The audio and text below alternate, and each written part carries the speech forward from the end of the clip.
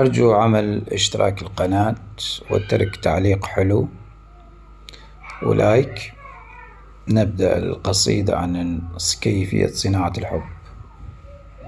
الشعر وجد من أجلك، الحب صنع من أجلك، ولم أزل أسيرا في شفتيك، أبحث عن ذاتي المفقود ما بين جواهر عينيك.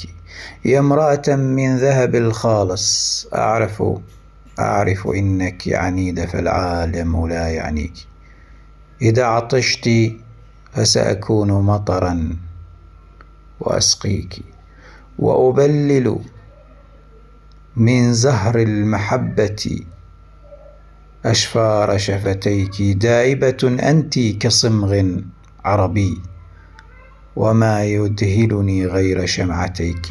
تعالي واجهيني فأنا لا أملك إلا الحب، فواجهيني بكل ما لديك.